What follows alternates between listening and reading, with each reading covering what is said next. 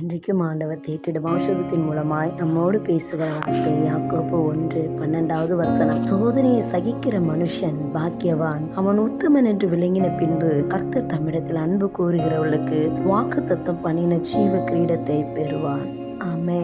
சோதனைன்னு சொல்லும்போது ஒரு பொருள் நல்லதா அல்லது கெட்டதான்னு சொல்லி அதனுடைய தரத்தை, அதனுடைய மதிப்பை நம்ம சரி செய்து உறுதிப்படுத்தி கொள்வது. ஆண்டவரை நம்பி இருக்கிற அநேக நல்லவர்கள், உண்மையானவர்களுக்கு அநேக சோதனைகள் வரும். இப்படிப்பட்ட சோதனை காலங்கள்ல நாம எப்படி இருக்கணுமா? சகிக்கணும்னா அதை ஏற்றுக்கொள்ளணும். அதுல ரொம்ப பொறுமையோடு கூட ஆண்டவரை மட்டுமே நம்ம நம்பி நாம ஜெபித்து கொண்டு அமைதியாக இருக்கும்போது அந்த சோதனையை சகித்த நமக்கு பெரிய ஆசீர்வாதத்தை வைத்திருக்கிறார். சோதிக்கப்படுகிற நிலை நமக்கு வருகுனா நம்ம எவ்வளவு ஆண்டவரை நேசிக்கிறோம், இந்த பாடுகள்ல நம்ம எப்படி உறுதியா ஆண்டவருக்காக நிற்கிறோமான்னு கூட ஆண்டவர் கவனிக்கிறாரு. வார்த்தையை கேட்கிற பிரியமானவர்களே, சோதனை நாட்கள்ல உங்களை ஆண்டவர் பலப்படுத்துவார். நீங்க துவண்டு விடாதபடி, கலங்கி விடாதபடி அந்த சோதனையை சகிக்க உங்களுக்கு ஆண்டவர் உதவி செய்வார். சோதனைக்கு பிற்பாடு ஆண்டவர் கொடுக்கிறதான வாக்கு தத்தத்தின் ஆசீர்வாதங்கள் நமக்கு நிச்சயமாய் உண்டு. வார்த்தையின்படி கர்த்தர் உங்களை ஆசீர்வதிப்பார். God bless you.